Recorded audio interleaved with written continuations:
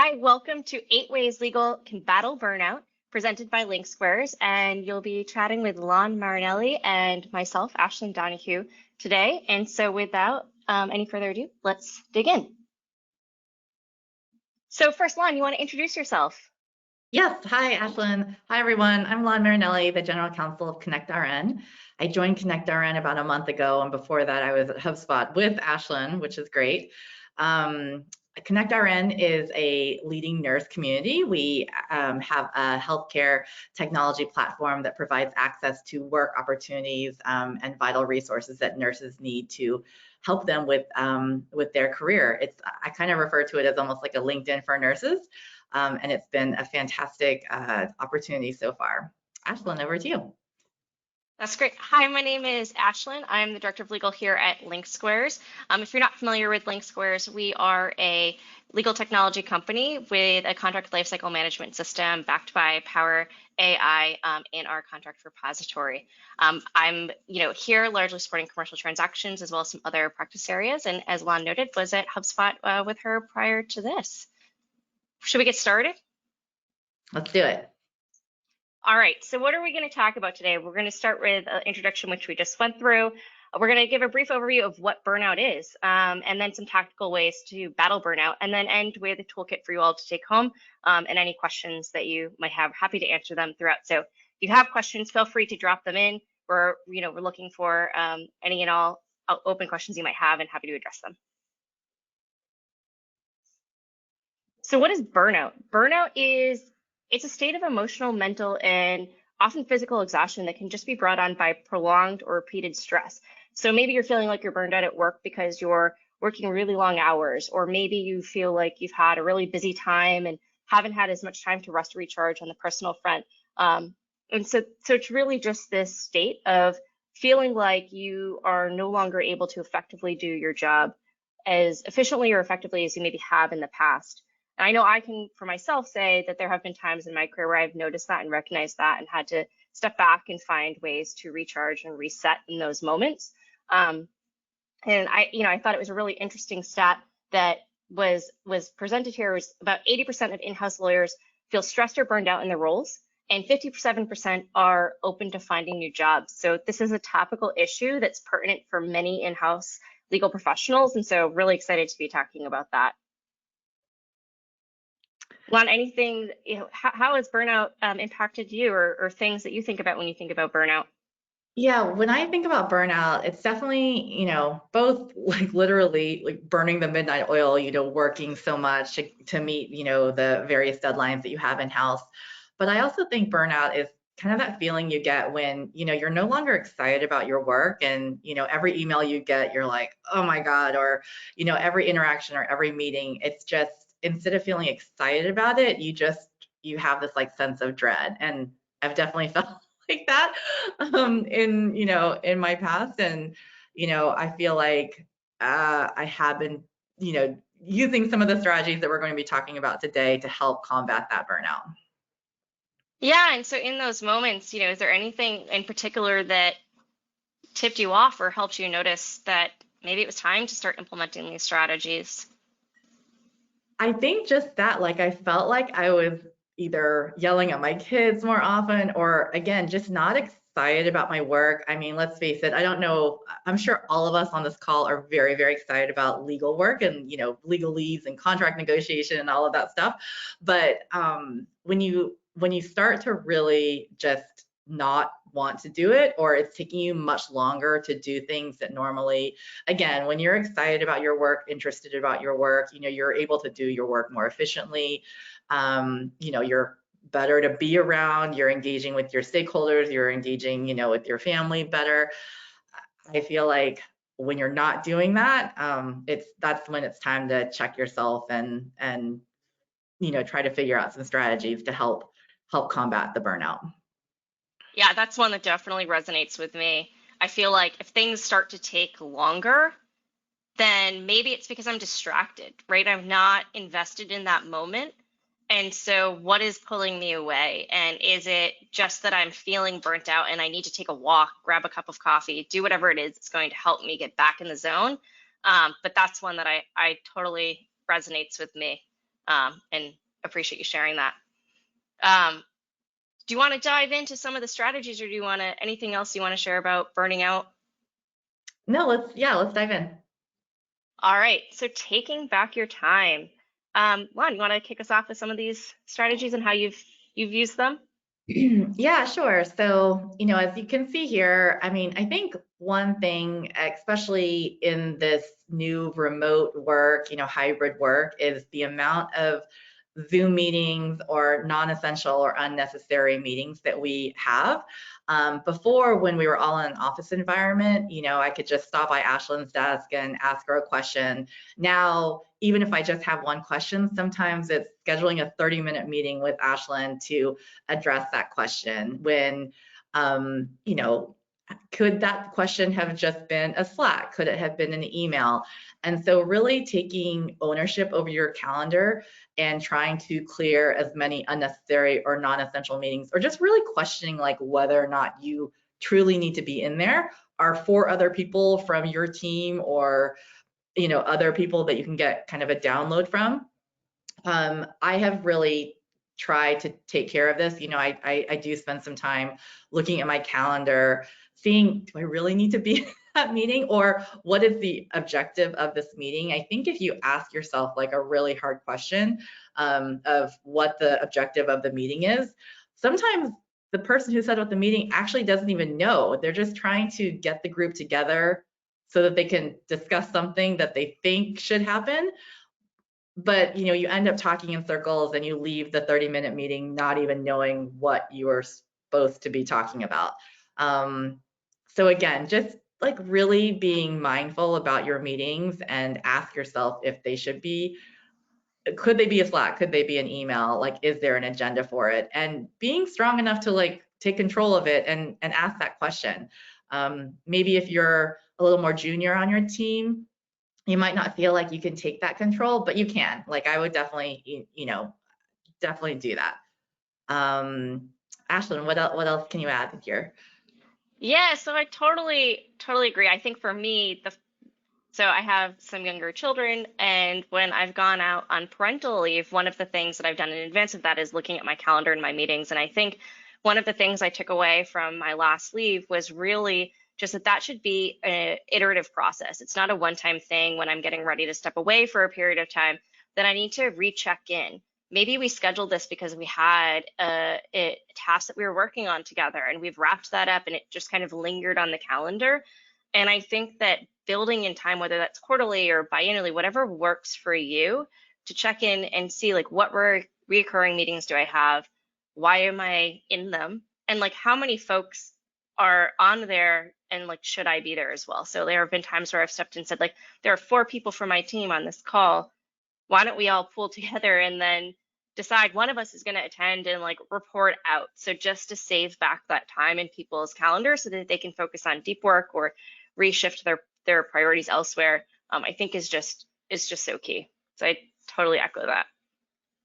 Yeah, one Yeah. thing that if a lot of us have regular one-on-ones with either our team members or stakeholders within the business, typically I do try to protect the one-on-ones that I have with my team members. But sometimes when you have a one-on-one with somebody else in the business, but you already have a really fantastic relationship with that person, and or you may have just met last week, reaching out via Slack or email, like, hey, I know we have this meeting. I don't really have anything on my agenda, but if you have anything, obviously happy to meet. I would say 9 times out of 10, that person is like, oh my God, thank God you canceled. I could really use this time back for work. And so again, don't feel like you're going to be letting that person down, because I'm sure, yeah, again, 9 times out of 10, they'll probably really appreciate that time back.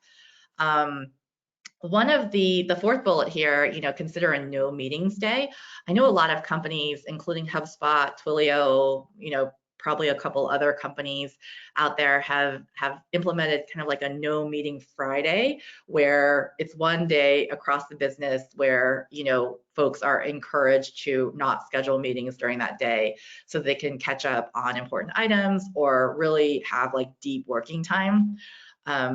I miss that at HubSpot. We don't have that here at my current company, but I may try to implement that either for my team or, across the company, because I do feel like it's a fantastic way to really take back your time and to focus, on some items that might need, more than just a 30-minute break in the meeting to, 30-minute break in your day to focus on.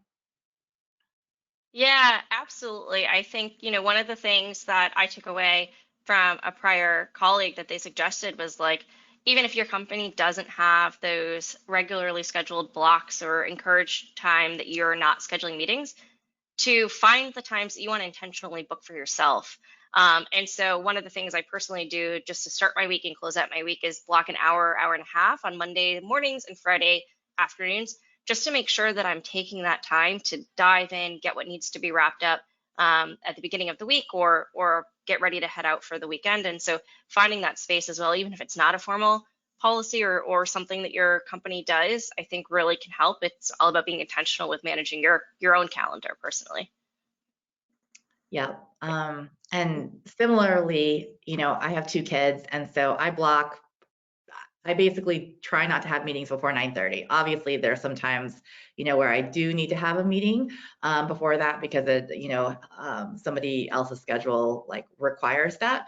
But every weekday, I have a block from essentially 8 to 9:30 so that I know that I can get my kids ready in the morning, drop them off, and then have time to commute to work, or the last bullet, make some time for self-care. I am a big Peloton person that I recently discovered over the past year and a half, and I really try hard despite, even if I work late or whatnot, I really try to make a little bit of time to get my little blue dot on the Peloton, just because that is my time for self-care. So if that means not starting meetings till 9:30 so that I can do a 15-minute, bike class or yoga class or something like that, I really am protective of my time, and because that will help me get through my work and be a better person at work and at home.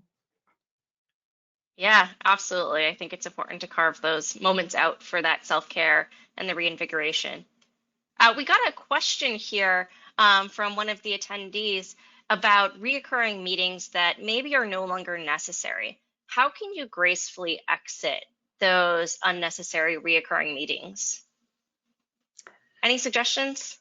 Yeah, I think depending on your relationship with the meeting organizer, having that discussion with them, I know we've had these meetings on the calendar for a while, and it depends on if it's a big group meeting or maybe even a one-on-one meeting.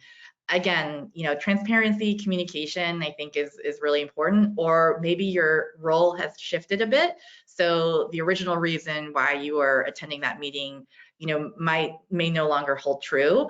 So again, just being brave enough to have that conversation, and again, taking back your time, taking control of your time, maybe offering some suggestions of maybe there's someone else on the legal team that is better suited for that particular project or recurring meeting. But just feeling, again, having the confidence to have that conversation with the meeting owner, I think makes a lot of sense. Ashlyn? Absolutely. I totally agree. I think, one of the things that I've done in the past is ask like, why did you invite me to this meeting? Like, what is it that you're hoping that I bring to the table as part of this conversation? And it might be that there's some misalignment in what they're looking to get out from you as an attendee as to like what your role is. Maybe someone else is better suited, like you said, Lon. And so just kind of having that open dialogue is just so key. Yeah.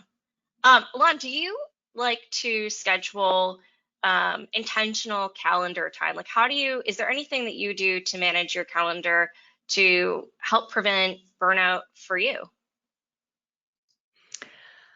Um, I think, again, just blocking times, as we've noted, really being intentional about the meetings that I'm saying yes to, questioning some of the meetings. There have been a couple of meetings. You know, I just joined Connect RN. I'm the first general counsel they've had.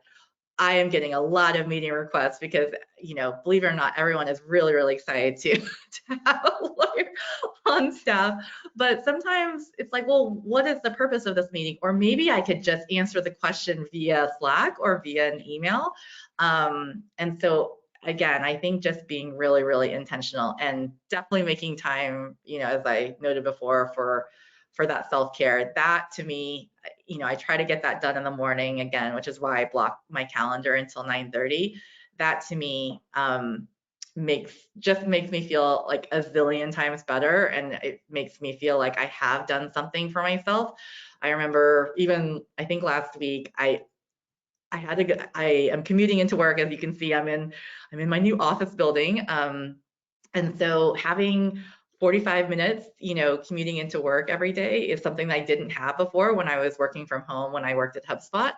And so I have to be really intentional. I only had 15 minutes, but I really still wanted to do something for myself. And I got on the bike, and Cody Rigsby, one of the Peloton instructors, was like, okay, if you only have 15 minutes, it's still something. And it made me feel so much better because yes, it's Yeah. only 15 minutes, but honestly, it really just made me feel a zillion times better. So if you can just find, 5 minutes to do like a meditation, or 5 minutes to just go walk outside, scheduling those things and using Slack to displaying when you're eating lunch, when you're taking a break. I think all of those things are really, really helpful tips. Yeah, absolutely. One thing I have learned about myself over my career is that I do certain tasks better at certain times of day as well. So I tend to do a lot of transactional contract reviews, and I tend to be best at that in the morning and then like mid-afternoon. And so I try to be really intentional about my calendar scheduling so that I can have as much free time in chunks as possible earlier in the morning or during that time in the afternoon where I'm most focused, and that's just where when I work best for that type of task, and then rescheduling other meetings around that. And then Mhm. in real life, my light went off. So uh sorry, it got a little darker in here. I'll be right back, Lon. Um, one tip that I have that's not on here, and it could be a little bit of my OCD, but I do color code my calendar, which I find is actually very, very helpful. So I don't go crazy on the color code, but if I have a one-on-one meeting, that's like one color, and if I have a meeting with an external person, that's another color, and then if I have meetings or things I need to do, like remember to bring the Girl Scout snack to the Girl Scout meeting, for my daughter. That's like more personal items because I kind of live and die by my work calendar. I find that visually it's just very helpful because like if I can just look and say like, oh, okay, no external meetings today. Maybe I can wear my hair in a ponytail or like or I have a bunch of one-on-ones that are concentrated. Like maybe I move those a little bit around so that I'm just not in like 6 back-to-back one-on-ones. It I find that it's just really helpful visually, without looking at every single Yeah. meeting title to see what I have on my plate or what's on my plate for the day. So that's, something you can maybe start doing if you like to color code things. I also like the color code as well, and I definitely hear you on that, on the things that you need to do on the personal front and things you need on the work front. I actually have it's probably like a 3 foot by 3 foot whiteboard that is outside of the kitchen at my house, just so that I can share my schedule. I can know my kids' schedules, and like we have a nanny who comes and helps watch the kids during the day, and everyone's on the same page, and I color code by kid.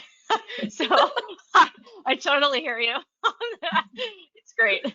You need the Yeah. skylight calendar, Ashlyn. I don't know what that is, but I'll have to Slack you after. Reach out. I'm going old school with Move that. on to the next Or slide.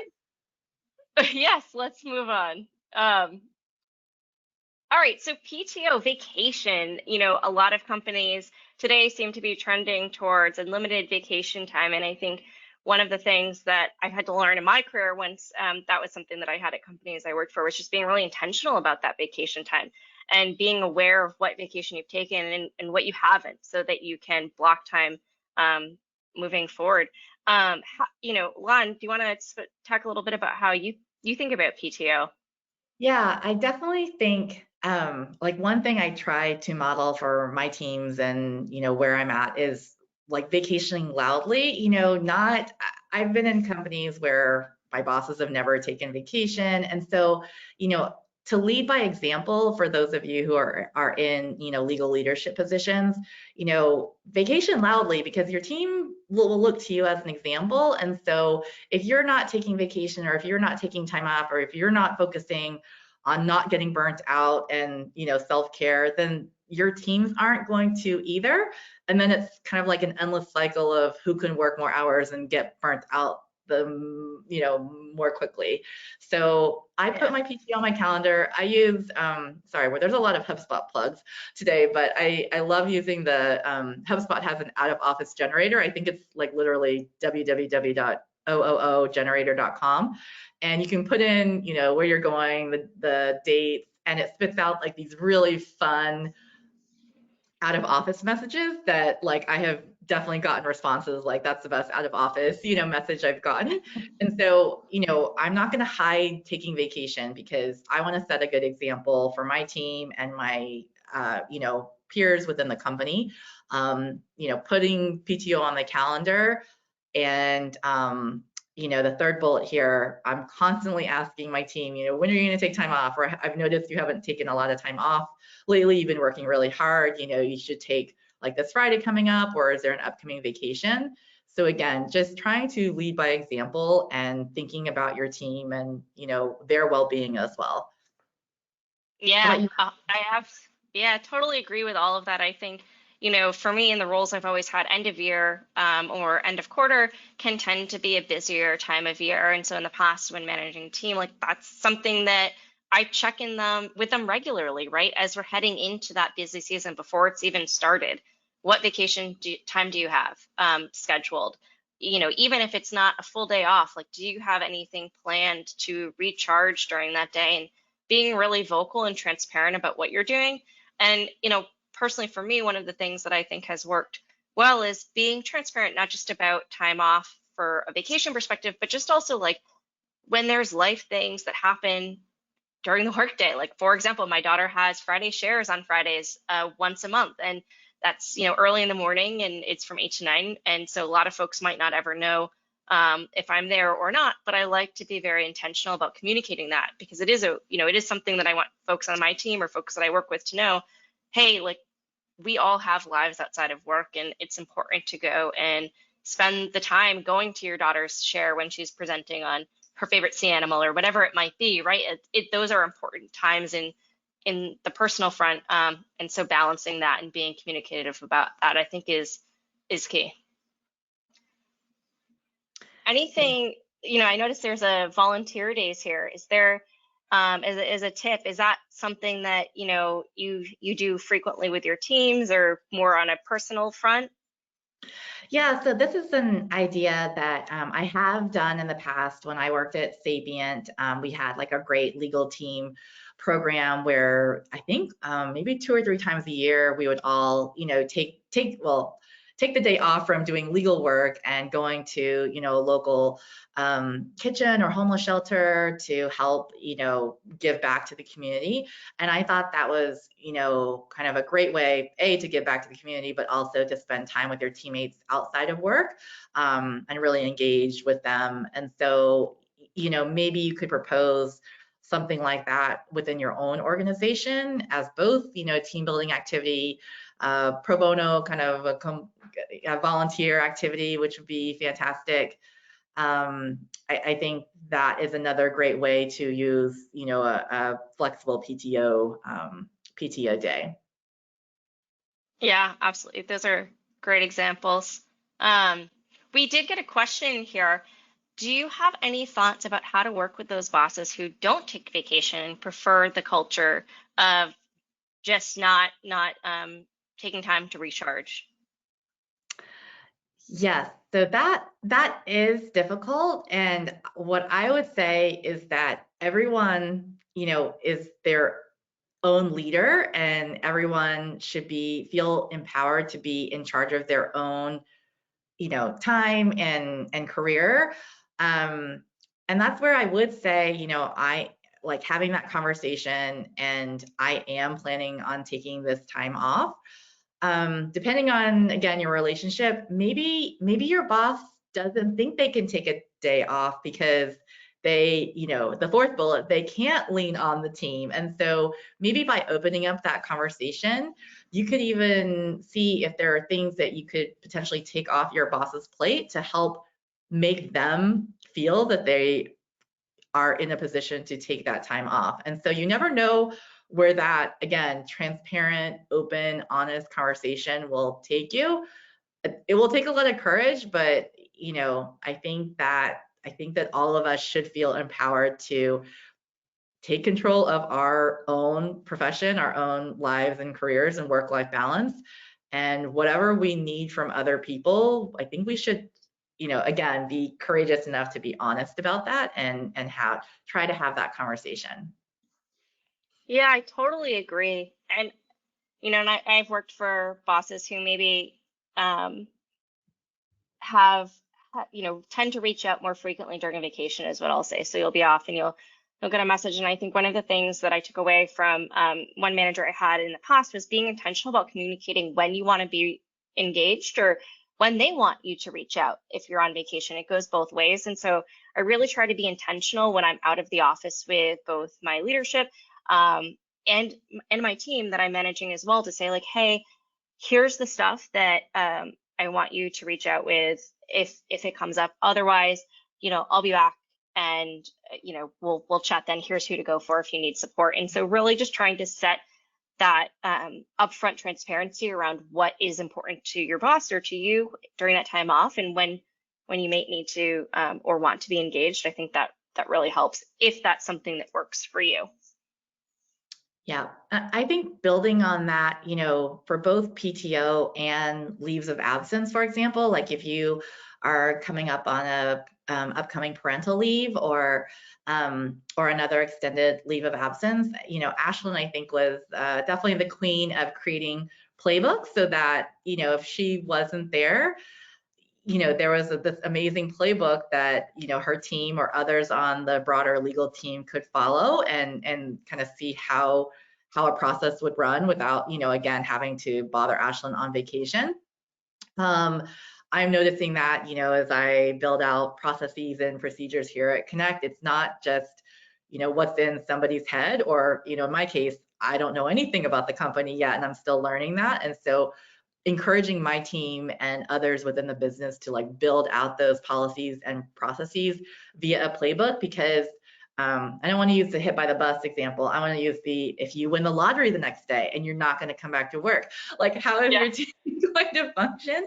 And so again, if you're in the position to help, educate other, I know that many of you might be, solo practitioners or kind of the only member of the legal team, but I mean, that's even better, like building out some sort of a playbook or process so that, when you are able to hire somebody, or if you leave the company and go elsewhere, people kind of have something to go to and a resource to go to, either during your PTO or during your leave of absence or when you win the lottery and don't need to work ever again. Yeah, no, you know me, I love a good playbook or a well-documented outline of who should go to whoever for for support while I'm out. And so I definitely, I think that that's something I took away in past roles more on the operations side, where I sat in operations seats and ran into the scenario where someone was on vacation and I had that moment of, oh, I'm covering them and I'm not entirely sure what to do. And I think sometimes for, vacations, if you feel like your team is not able to step into the shoes to support, or if you feel like you're concerned that maybe you don't have the full picture, building those out can really alleviate some of the concerns for folks who may be hesitant. So I'm a big proponent of that. All right, should we head on to the next slide? Yes. One. Yeah. Yeah, and so kind of building on that playbook discussion and building about processes and kind of not being the single point of failure, I think, helping to define your team's priorities can also help you battle burnout and take back your time, because, if you and your team have like very, very clear priorities, that, you have set both within your team, across, if you have a broader legal team, across the broader legal team, and then, across the business, then, hopefully you are not burning the midnight oil, and are focused on like some key priorities and moving towards those. Um, it's very difficult to, in a legal where we're the service provider and we're kind of reacting to the business and, any of their needs. I know that sometimes it's harder to develop, maybe those priorities, but having, you know, having some sort of an offsite at the beginning of the year, or onsite. Now that everybody's offsite, I feel like the onsite is a new offsite. So coming into the office, gathering together. I did this with my prior teams, just to come together and kind of set expectations for what the goals are for the year and what the priorities are for the year, so that you're not kind of doing everything and anything and everything. And the last bullet on here is like really setting clear omissions. I think, because what don't you want to do? I mean, even coming here, there are so many things that I can do and should do and need to do, but I'm only one person. And so I'm going to have to set very, very clear priorities that I will stick to, that I've communicated with the business, as well as, clear omissions for future priorities, or future years. Ashlyn, how about you? Yeah. Yeah, I think it's all, and you brought up a good point about our business partners sometimes having priorities that require legal support or engagement. And so one of the things that I like to do anytime I join a new role, I did this when I joined Link Squares a few months back. I went out and I had what was basically a listening tour. Went to understand my business partners' priorities, their objectives, what they were looking to achieve. And then, I circle back with them periodically. And it's is important to communicate what you are doing. Um, like that's great, but it's almost more important at times to communicate what you're not doing and why, and providing that level of transparency, explaining the timeline to get it done, how you're planning to approach it, and then asking if there's a reshuffling that's needed for what you're working on. But I think that was some feedback I got on earlier in my career from a prior manager who was like, "It's great to hear what you're working on.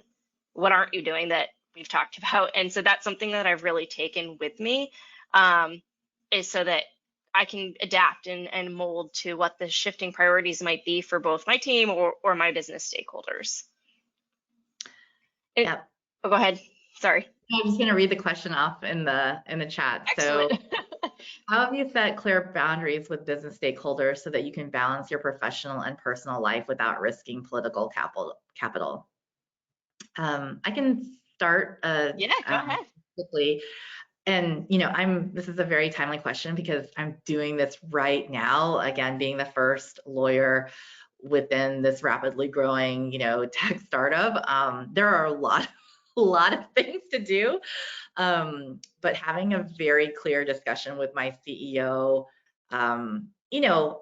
like showing him some quick wins, but then having a very clear discussion of my priorities and what I'm able to do, being one person, again, without trying to like burn the midnight oil, and setting like very clear omissions, but having that be a conversation. So here's how I'm thinking about kind of like my next 30 days, 60 days, 90 days. I realize like some of you have already been in your organization for longer, but even if it's we're kind of at the beginning of the year, here are my priorities for over the next quarter, over the next couple of months, on how I'm going to support your team.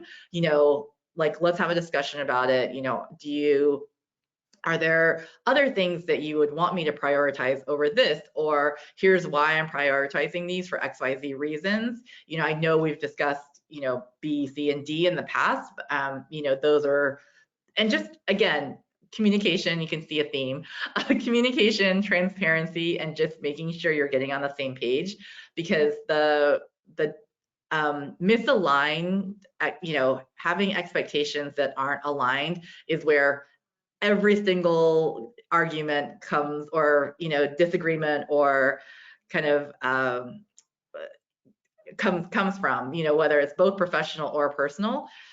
So just communicating and getting aligned on the same page, and having an understanding of where your business partner is coming from versus like where you're coming from, and meeting in the middle is again, I think, just the best approach to take. What are your thoughts, Ashlyn? Yeah, I totally agree. I mean, I think that having the conversation is so important. And all of what you said, I think the only thing I would add is just the adaptability piece of it. And I think sometimes I had worked in a role a while back in my career, and at one point my manager looked at me and he's like, everything you've started ends up getting reshuffled and you move to something else. And I recognize you haven't finished, like you have not taken to completion something in a little while. So let's talk about like a small win that we know will happen before maybe priorities shift, or you have to move in a different direction. And I think that's important too, not just for yourself and kind of working with your business partners, but when things do need to shift out or adjust, is just creating that space to have those conversations. Um, you know, here's what I've worked on. Maybe we haven't finalized this. We've shifted. Here's why. Is there something that we can do that is sometimes what folks call a lower hanging fruit, right? Maybe has a high impact still. And I think that that's something that I've taken with me. Awesome. Agreed. All right. So technology to stay ahead. I think, Lon knows I am a big advocate of technology, and using technology to optimize your team's time and efficiency. And so obviously here at LinkSquares, we're a legal technology company and we have a CLM and we use our own software, right? We use that on a day-to-day. And I think that it has enabled me to be more successful coming in and getting up to speed with the team, understanding kind of how to approach certain requests. And then at busy times, like at end of year, it has really just empowered me to take back my time in ways by making the certain tasks easier, right? Like sharing contract back with my business partners, communicating with them through the tool. All of those things have really opened up and optimized my time so that I can do some of the other things that we've talked about. Maybe it's priorities, discussions, or listening tours to align on your enablement. Lon, have you any experience with using technology to stay ahead? I'm kind of going back to the whole scheduling and making, vacationing loudly and everything, just making sure you're using your tools like, your out of office Yep. message, or, using emojis or messages on Slack, when you're going to walking the dog or driving to work, or, like running an errand or something like that, just using those communication tools to make sure that you're messaging to your stakeholders, like just a little bit more about your day. So they're not, if you're out on a quick dog walk, you're not getting a Slack, because hopefully if they see that little emoji, they'll probably wait to Slack you. Yep. I, it's, as I get older in my age, I realize that I'm probably not as technologically advanced as a lot of the youngins out there.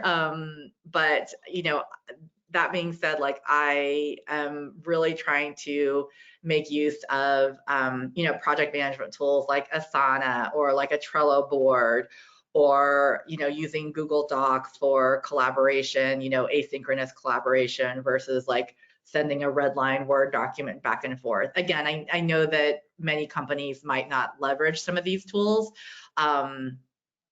So, that being said, like I understand that, but using, to the extent you can, help to automate some of your functions by, reaching out to Ashlyn at the LinkSquares team, or other project management or workflow tools. I think like just understanding how they could help you in your day-to-day and create efficiencies, then, potentially you may get the budget for those tools. Yeah, and I think there's just so many value adds to utilizing technology to stay ahead. But it also, having a tool can give you information about what you or your team are working on, with data to help you make some actionable decisions, to think about what you want to lead into. We had the question earlier about setting clear boundaries, tools that are going to give you more insights to maybe it's how many contracts we reviewed or how many requests for NDA review we got last month, right? Like those are the types of information that you can glean from a technology provider, and take that back to your business partners and take it back to your management team or just the team that you're managing to kind of let them know here's how we've spent our time. Are there ways that we can lean in and optimize the processes or systems that we're using? Are there things that we can do to best support our business partners, whether it's creating a new template, or anything of that nature? So I do think that there's just a lot of opportunity to rethink how things are operating through the tools and the data that you can derive from them. That kind of gets back to that point of trying to avoid burnout and getting you to a space where you're optimizing your time and you're able to feel like you're stepping back to recharge, whether it's for that quick coffee break or for the walk around the block, whatever it is for you in that moment. Yeah, definitely. One thing to add here is, for the folks that are core legal folks, a lot of us have been doing things like redlining Word documents or whatnot. And unless you're in like a tech company or another company that has a lot of these technology tools that you can leverage, you might not even know where to start. So I think having conversations with colleagues, folks in your network on like what tools and technology they're using. Also talking to, let's say, maybe your business partners on the engineering team or even the finance team and how they're leveraged, or even the sales team, like how they're leveraging technology within their own teams to kind of move faster and things like that. Because again, until Ashlyn came to HubSpot, I think like my practice was very your typical redlining Word documents and going back and forth and saving things, and there wasn't a lot of technology to help advance my work and make it more efficient. And Ashlyn and her fellow legal operations colleagues like really opened up a lot of just a whole new world for me as far as legal technology and efficiency tools. That's awesome.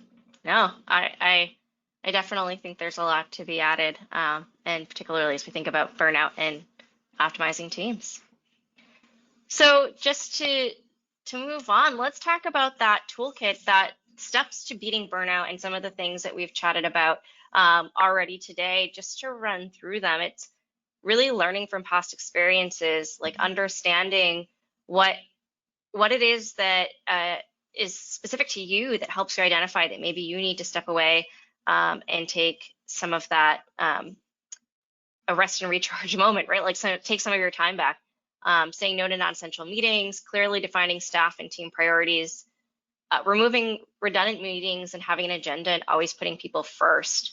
And then just to move on from that, it's using that PTO technology, and then changing your perspective.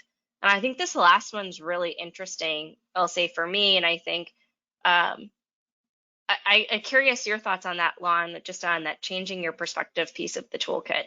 Anything that you have found that's worked for you? I think, again, just going back on that communication and transparency, like understanding, maybe the business priorities or what's making, this project or, your workload feel like such a rush, and just kind of trying to communicate that with your business partner, like whether it be priorities or, taking time off and what to expect. Just kind of getting into their shoes again by communicating with them will help change. I think help to change your perspective. And the other, this is very much a cliche, but like no one's going to remember you for like how much you worked or how much you burned the midnight oil. And so if you can, if you can take back that time to focus on, a better work-life balance or self-care or, just doing things that ultimately will make you a happier person and therefore more willing to contribute, more meaningfully or in a different way, or engage in a different way at work than, being upset or mad or whatever. I think just change, both changing your perspective, changing your mindset, I think should really help you. I mean, it has helped me a ton. I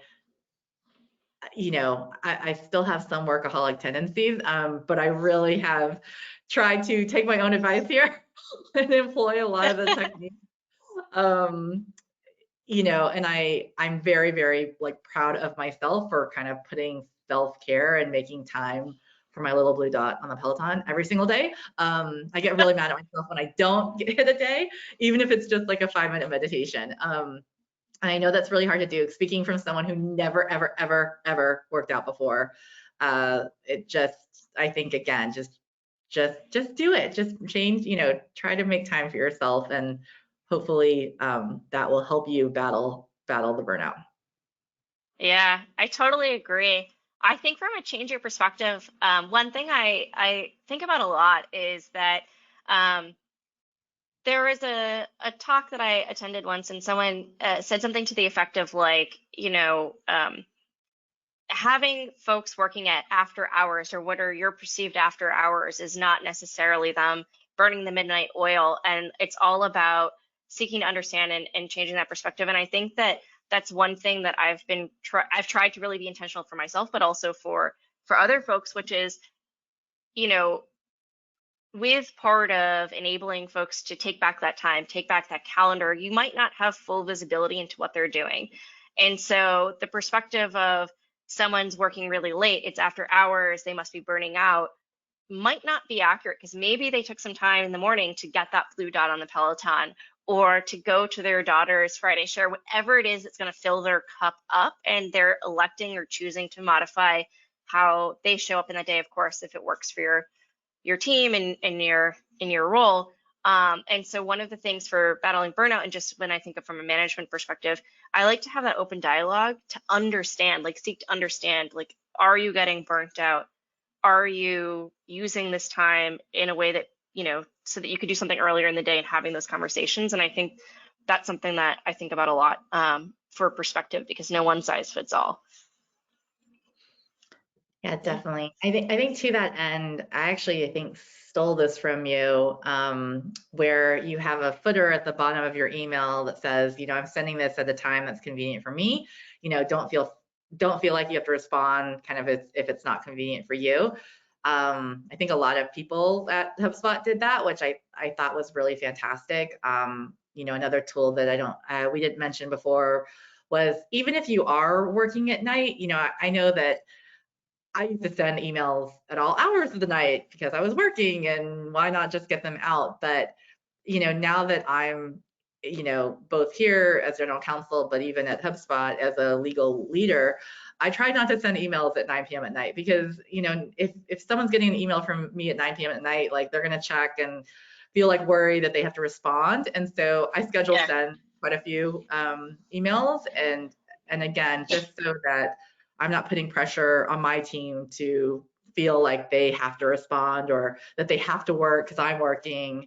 So, any little bit that you can help to put your people first, number 5, and be empathetic about work situations, to help them not feel burnt out, because I feel like it's just like an evil cycle that will build upon itself. So anything that you can do to model like great behavior will help your team and the broader business too.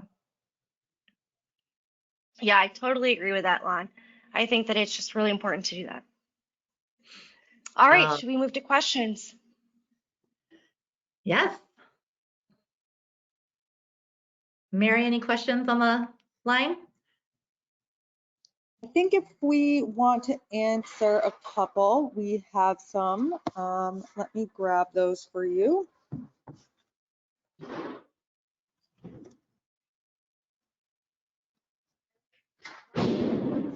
We have one here. What advice do you give to GCs on how to talk to their teams about burnout? Yeah, and Ashlyn, I can start and feel free to Yeah. take this. I feel like we talked a lot about this already, a little bit, again, my advice would be to create the space and actually have like a direct conversation about it, be transparent, communicate about it. Also just, be vulnerable and share how you have experienced burnout yourself and ways that you're working to address it. For example, like all the tips you learned at this webinar. Just like we have mentioned about talking about PTO or taking PTO loudly, talking about burnout and being vulnerable and like a real person and helping your team see you as a relatable human, I think is a great first step. Ashlyn, anything to add there? No, I think that's all right. I think that just having that open door of communication and being honest and authentic, I think is so important. So I do see we had another question that came in. How do you assign which tasks are going to be the priorities for your team? We spent a lot of time today talking about aligning to your priorities and really using that as a way to focus in on how to take back your time. Any suggestions, Lon, on kind of what you've done in the past to assign what your team's going to focus in on? Yeah, I think, and we talked a little bit about this as well, just, scheduling those regular offsites or onsites with your team to help clearly define the team's roles and responsibilities. I mean, that's one thing that I want to do here. I do have a couple folks reporting into me that have been here for a couple, on the compliance side, who have been here for a couple more months, than me. And so they're already doing a lot of things. And just, I want to understand like what they're doing, what they're doing that they should be doing and should continue doing, what they're doing that they maybe shouldn't be doing because, again, they're kind of legal and compliance folks and, people are relying on them because they know they can get the job done, but it might not be, appropriate for their scope, or what we should be doing that we're not doing. And so it's almost like that start, stop, continue exercise, which I think is really fantastic. So if you can take a couple hours with your team to really prioritize those, both at the beginning of the year, maybe when the broader team is creating goals or the broader business is creating their objectives for the year, and then checking in on those every once in a while. And again, just making sure to be communicative about your omissions and, tracking those omissions and stating them and sharing them so that everyone's on the same page. Anything to add there, Yeah. Ashley? No, all of those things I echo and totally agree. I think one of the things that has been a good exercise for me in the past has been taking a look at the items that I'm working on.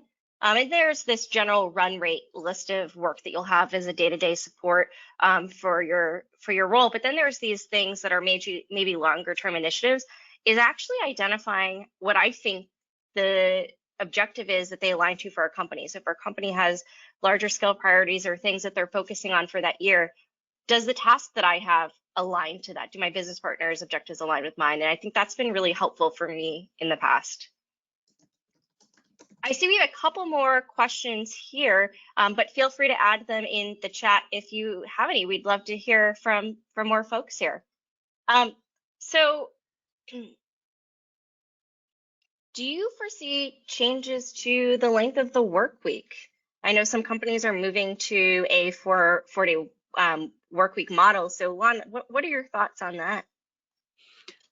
Well, first of all, I just want to say these are my views, or everything on this webinar is my view and not necessarily my company's view. But I would say, like, never say never. I mean, I think if you had, kind of thought 3 years ago that the future of work was remote, I think that most people wouldn't be commuting into the office every day. I think we all would have been like, yeah, right, and that's, would never happen. But I think as people continue to take charge for their lives and reach for a better work-life balance, I honestly, I wouldn't say that a 4-day work week is off the table, and I personally would love it. I think we discussed earlier, like many companies are already having kind of that 1 day per week where internal meetings are not encouraged, and so, seeing a lot of companies encourage people to work the schedule that fits their lives. So I feel like as long as you're getting the work done and are available to your team, just continue to take advantage of that flexibility if your company does offer it. And maybe make a no meeting day just for yourself, as as we kind of discussed earlier. That's awesome. Um, Thanks, Lynn. Oh, go ahead. Oh, I think there's just one last question in the chat. It's what do you recommend as an approach to gently, respectfully approach senior team members about burnout? For example, would creating a shared space with reference materials and checking in with people to encourage them review items too passive or ineffective? Ashlyn, do you want to take that one? Yeah, that's a great question. And I think that one of the things that I have done in the past is just going to senior team members or senior leadership and saying, hey, here's what is my perception, and approaching it from a conversation of my perception and how I'm personally feeling. And then how can we partner together to make sure that I'm still meeting all of the company's objectives while not getting burnt out, and having in my back pocket maybe some information around burnout or suggested strategies based on either what we've discussed here or articles that you find or read. I think that's been really helpful. But I find that going with that approach of here's my perception, here's how I'm feeling, opens a door to that communication, rather than like, it might get perceived a little differently than like I'm feeling burnt out. Like come with recommendations, come with suggestions, and provide some actionable proposals that they can discuss and partner with you. Yeah, I don't know if the slides will be available to the meeting attendees afterwards, but you can be like, hey, I just attended this hopefully hopeful webinar on ways in-house counsel can address burnout. And one of the presenters was like, you need to talk about this and, create space for it.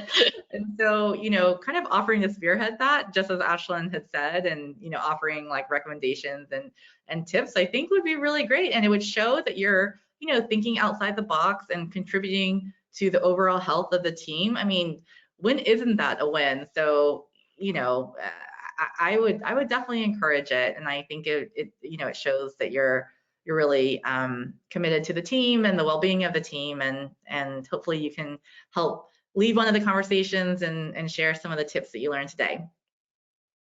Yes, and we have confirmed the slides will be available for attendees, so Great. you'll have them. That's great advice.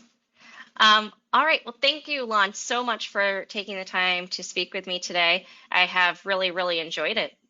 Oh, thanks, Ashlyn. I always love chatting with you, and this was, it's personally one of my favorite topics to talk about. And thanks to all the HubSpot people who are here as well. It was great to see your names on the list and questions you asked. And have a wonderful day, everyone. And definitely take control of your lives and your work-life balance, and hopefully you learned some helpful tips today to do so. All right. Thank you, LinkSquares, for presenting. Yes, thank you. Have a good day. Bye.